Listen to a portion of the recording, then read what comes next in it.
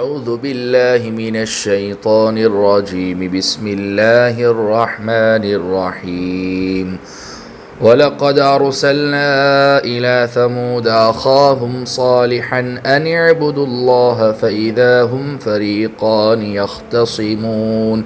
قال يا قوم لم تستعجلون بالسيئة قبل الحسنة لولا تستغفرون الله لعلكم ترحمون قالوا اطيرنا بك وبمن معك قال طائركم عند الله بل أنتم قوم تفتنون وكان في المدينة 9 رهط يفسدون في الأرض ولا يصلحون قالوا تقاسموا بالله لنبيتنه وأهله ثم لنقولن لوليه ما شهدنا مهلك أهله وإنا لصادقون ومكروا مكرا ومكرنا مكرا وهم لا يشعرون فانظر كيف كان عاقبة مكرهم أنا دمرناهم وقومهم أجمعين فتلك بيوتهم خاوية بما ظلموا إن في ذلك لآية لقوم يعلمون وأنجينا الذين آمنوا وكانوا يتقون ولوطا إذ قال لقومه أتأتون الفاحشة وأنتم تبصرون أئنكم لتأتون الرجال شهوة من دون النساء بل أنتم قوم تجهلون فما كان جواب قومه إلا أن قالوا أخرجوا آل لوط من قريتكم إنهم أناس يتطهرون فأنجيناه وأهله إلا امرأته قدرناها من الغابرين وأمطرنا عليهم مطرا فساء مطر المنذرین۔ میرے عزیزوں، پیاروں، بزرگوں، اللہ کے رسول پر ایمان رکھنے والے میرے دین عظیم بھائیوں، یہ 14 آیتیں جن کی تلاوت ابھی آپ حضرات کے سامنے کی گئی، سورہ نمل کا یہ 4تھا رکوع ہے۔ اللہ سبحانہ و تعالیٰ نے اس میں صالح علیہ السلام کی قوم سمود کا اور لوط علیہ السلام کی قوم لوط کا، اللہ نے 2 نبیوں اور ان کی قوموں کا تذکرہ کیا ہے کہ کیسے ان نبیوں نے ان کو دین کی دعوت دی اور دین کی موٹی موٹی باتیں سمجھائیں، لیکن ان کے سمجھ میں وہ باتیں نہیں آئی، اور کیسے انہوں نے اپنے نبیوں کے خلاف جملے کسے اور کیسی تدبیروں اور سازشیں کی، اور پھر آخر میں ان کا انجام کیا ہوا، وہ تمام تر تفصیلات اللہ سبحانہ و تعالیٰ نے اس میں بیان فرمائی ہے۔ چنانچہ باری تبارک و تعالیٰ ارشاد فرماتے ہیں، اور ہم نے قوم ثمود کے پاس ان کے بھائی صالح کو یہ پیغام دے کر بھیجا کہ تم اللہ کی عبادت کرو، تو اچانک وہ 2 گروہ بن گئے جو آپس میں جھگڑنے لگے۔ قوم ثمود اور حضرت صالح علیہ السلام کا تعارف اس سے پہلے پیچھے سورہ اعراف اور سورہ ہود میں گزر چکا ہے۔ صالح علیہ السلام نے کہا، میری قوم کے لوگوں، اچھائی سے پہلے برائی کو کیوں جلدی مانگتے ہو؟ تم اللہ سے معافی کیوں نہیں مانگتے تاکہ تم پر رحم فرمایا جائے؟ اچھائی سے مراد ایمان ہے اور برائی سے مراد عذاب ہے۔ مطلب یہ ہے کہ چاہیے تو یہ تھا کہ تم ایمان لا کر اچھائی حاصل کرتے، لیکن ایمان لانے کے بجائے تم نے عذاب جلدی لانے کا مطالبہ شروع کر دیا۔ انہوں نے کہا، ہم نے تو تم سے اور تمہارے ساتھیوں سے برا شگن لیا ہے، یعنی آپ کے نبوت کا دعویٰ کرنے کے بعد ہماری قوم 2 حصوں میں بٹ گئی ہے اور ہم اسے آپ کی نحوست سمجھتے ہیں، نعوذ باللہ من ذالک۔ نیز بعض روایات میں ہے کہ ان پر قحط بھی آ پڑا تھا، اس کو بھی انہوں نے حضرت صالح علیہ السلام کی نحوست قرار دیا۔ تو وہ کہنے لگے، انہوں نے کہا، ہم نے تو تم سے اور تمہارے ساتھیوں سے برا شگن لیا ہے۔ صالح علیہ السلام نے کہا، تمہارا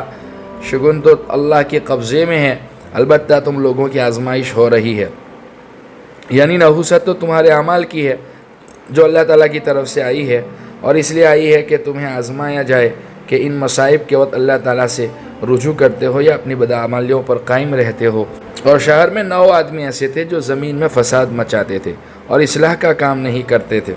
یہ حضرت صالح علیہ السلام کی قوم کے 9 سردار تھے، جن میں سے ہر ایک کے پیچھے ایک جٹھا تھا، اور بالآخر یہی لوگ تھے جنہوں نے اس اونٹنی کو ہلاک کیا جو معجزے کے طور پر پیدا ہوئی تھی۔ جب حضرت صالح علیہ السلام نے ان کو عذاب سے ڈرایا تو انہوں نے آپس میں یہ معاہدہ کیا کہ وہ رات کے وقت ان پر خفیہ طور پر حملہ کریں گے اور ان کو اور ان کے گھر والوں کو ہلاک کر دیں گے، بجائے اس کے کہ صالح علیہ السلام جو ان کے پاس پیغمبر بن کر آئے تھے اور اللہ سبحانہ و تعالیٰ کے پیغامات لے کر آئے تھے، انہوں نے توحید کی، ایمان کی، دین کی دعوت ان کو پہنچائی، تو بات ماننے کے بجائے الٹے جو ہے آپ کو منحوس بھی قرار دیا، نعوذ باللہ،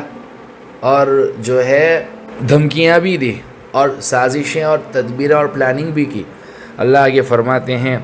قالوا تقاسموا باللہ لنبیتنہ اہلہ ثم لنقولن لولیہ ما شہدنا مہلک اہلہ وإنا لصادقون۔ انہوں نے آپس میں ایک دوسرے سے کہا، سب مل کر اللہ کی قسم کھاؤ کہ ہم صالح اور اس کے گھر والوں پر رات کے وقت حملہ کریں گے۔ دیکھیں قسم کھا رہے ہیں اللہ کی، اور اللہ کو معبود نہیں ماننا ہے، یا معبود تو مانتے ہیں لیکن اس کے ساتھ اور کسی کو شریک کرتے ہیں۔ انہوں نے آپس میں ایک دوسرے سے کہا، سب مل کر اللہ کی قسم کھاؤ کہ ہم صالح اور اس کے گھر والوں پر رات کے وقت حملہ کریں گے۔ پھر اس کے وارث سے کہہ دیں گے کہ ہم ان گھر والوں کی ہلاکت کے وقت موجود ہی نہ تھے، اور یقین جانو ہم بالکل سچے ہیں۔ یعنی ایک نبی کو ہلاک کرنے کی، نعوذ باللہ، ان کو شہید کرنے کی اور ان کے گھر والوں کو تکلیف پہنچانے کی پلاننگ ہو رہی ہے، تدبیر اور سازشیں رچائی جا رہی ہے۔ آگے اللہ فرماتے ہیں وَمَكَرُوا مَكْرًا وَمَكَرْنَا مَكْرًا وَهُمْ لَا يَشْعُرُونَ۔ انہوں نے یہ چال چلی اور ہم نے بھی ایک چال اس طرح چلی کہ ان کو پتہ بھی نہ لگ سکا۔ قرآن کریم نے یہ تفصیل نہیں بتائی کہ ان لوگوں کی سازش کس طرح ناکام ہوئی۔ بعض روایتوں میں ہے کہ جب یہ لوگ برا ارادہ لے کر چلے تو ایک چٹان ان پر آ گری اور یہ سب ہلاک ہو گئے، اور بعد میں پوری قوم پر عذاب آ گیا۔ اور بعض روایتوں میں ہے کہ جب وہ مسلح ہو کر حضرت صالح علیہ السلام کے گھر پہنچے تو فرشتوں نے ان کا محاصرہ کر لیا اور انہی کے ہاتھوں وہ مارے گئے۔ اور بعد مفسرین نے فرمایا ہے کہ ابھی وہ اپنی سازش پر عمل نہیں کر پائے تھے کہ پوری قوم پر عذاب آ گیا اور اپنی قوم کے دوسرے لوگوں کے ساتھ وہ بھی ہلاک ہو گئے۔ فَتِلْكَ بُيُوتُهُمْ خَاوِيَةً بِمَا ظَلَمُوا إِنَّ فِي ذَلِكَ لَآيَةً لِقَوْمٍ يَعْلَمُونَ وَأَنْجَيْنَا الَّذِينَ آمَنُوا وَكَانُوا يَتَّقُونَ۔ اللہ فرماتے چنانچہ وہ رہے ان کے گھر جو ان کے ظلم کی وجہ سے ویران پڑے ہیں۔ حضرت صالح علیہ السلام کی قوم کی بستیاں عرب ہی کے علاقے میں تھے اور مدینہ منورہ سے کچھ ہی فاصلے پر واقع تھی، اور اہل عرب جب شام کا سفر کرتے تو ان کے پاس سے گزرا کرتے تھے، اس لیے قرآن کریم نے ان کی طرف اس طرح اشارہ فرمایا جیسے وہ نظر آ رہے ہوں، اس لیے فرمایا فَتِلْكَ بُيُوتُهُمْ، یہ رہے ان کے ویران گھر۔ آج بھی یہ ویران بستیاں اور ان کے کھنڈر مدائن صالح کے نام سے مشہور ہیں اور سامان عبرت بنی ہوئی ہیں۔ آج کل تو وہاں پر جو ہے اس کو ڈیولپ کر کے جو ہے سیر و تفریح اور سیر سپاٹے کی جگہ بنائی گئی ہے۔ اللہ ہماری حفاظت فرمائے۔ جن قوم اور جن بستیوں پر عذاب آیا، اللہ کے نبی علیہ الصلوۃ والسلام ملک شام کے سفر پر وہاں سے گزرے تو جو ہے اللہ کے نبی علیہ الصلوۃ والسلام جلدی نکلے ہیں ان بستیوں سے جب گزرے ہیں کہ کہیں اللہ کا عذاب نہ آوے۔ اور آج کل کے جو عرب ہے وہ وہاں پر سیر و تفریح کی اور سیر سپاٹے کی نیت سے جو ہے ڈیولپ کر کے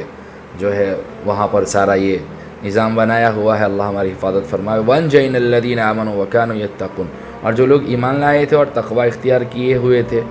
ان سب کو ہم نے بچا لیا۔ وَلُوطًا إِذْ قَالَ لِقَوْمِهِ أَتَأْتُونَ الْفَاحِشَةَ وَأَنْتُمْ تُبْصِرُونَ، اور ہم نے لوط کو پیغمبر بنا کر بھیجا جبکہ انہوں نے اپنی قوم سے کہا تھا کہ کیا تم کھلی آنکھوں دیکھتے ہوئے بھی بے حیائی کا یہ کام کرتے ہو؟